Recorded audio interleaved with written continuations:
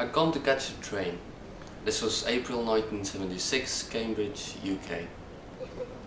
I was a bit early for the train. I'd gotten the time of the train wrong. So I went to get myself a newspaper to do the crossword, a cup of coffee and a packet of cookies.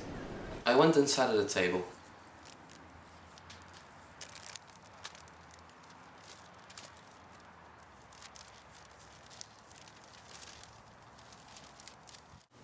There was a guy sitting opposite me, perfectly ordinary looking guy, wearing a business suit, carrying a briefcase. It didn't look like he was going to do anything weird. What he did was this. He suddenly leaned across, took the packet of cookies, tore it open, took one out and ate it. Now this, I have to say, is the sort of thing the British are very bad at dealing with. There's nothing in our background, upbringing, our education that teaches us how to deal with someone who has just in broad daylight stolen your cookies. You know what would happen if this had been South Central Los Angeles? There would have very quickly been gunfire, helicopters coming in, CNN, you know.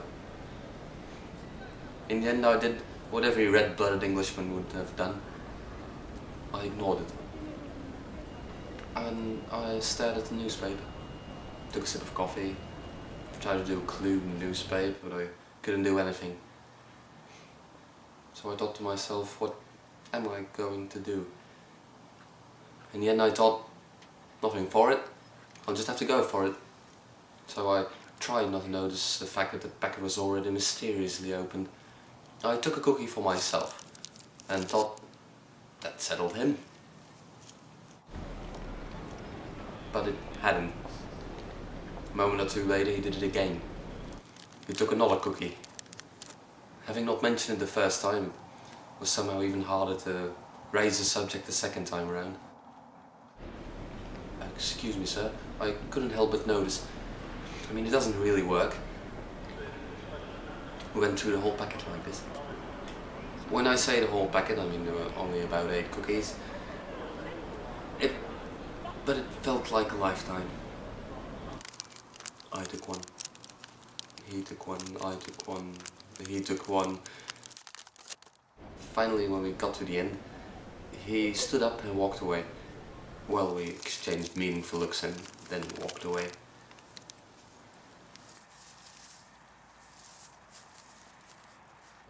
A moment or two later, the train was coming in, so I tossed back the rest of my coffee, stood up, picked up the newspaper, and underneath the newspaper was my packet of cookies.